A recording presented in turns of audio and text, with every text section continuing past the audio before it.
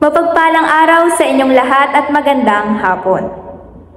Ikinararangal ko pong ipakilala ang ating panauhing pandangal ngayong araw. Siya po ay isang inspirasyon para sa ating mga kabataan dahil sa kanyang mga nagawa na at narating sa buhay. Ito ay 37 taong gulang at mula sa Malabon. Nagtapos siya ng elementarya sa paaralan ng Acacia Elementary School taong 1999, na kung saan ito ay nakakuha ng karangalan bilang valedictorian. At ang kanyang sekundarya ay natapos niya sa taong 2003 sa paaralan ng Tenajeros National High School, na kung saan siya ay nakakuha muli ng karangalan bilang valedictorian.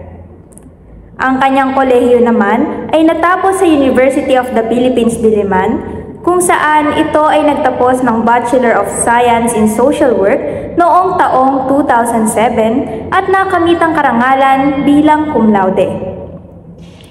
Kasabay nito, naging top 1 din siya sa Licensure or Board Examination for Social Workers ng Professional Regulation Commission o PRC noong 2007.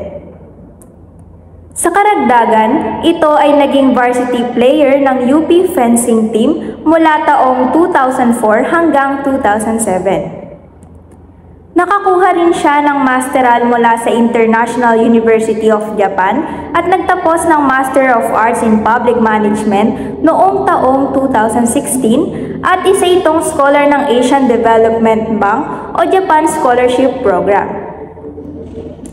Sa kanyang trabaho, isa siyang registered social worker na nagtrabaho sa Department of Social Welfare and Development o DSWD Central Office mula 2007 hanggang 2018 at Department of Labor and Employment o DOLE Central Office mula 2018 hanggang 2021.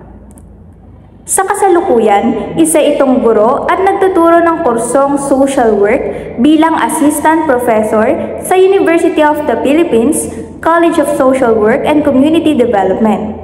At ngayon ay naka-study leave dahil siya ay nag-aaral ng PhD in Social Work bilang scholar sa Arizona State University sa Arizona, USA. Mga panauhin, mga guro at mga mag-aaral, malugod ko pong ipinakikilala sa inyo ang ating panauhing pandangal, Ginoong Ekson B. Susmerano.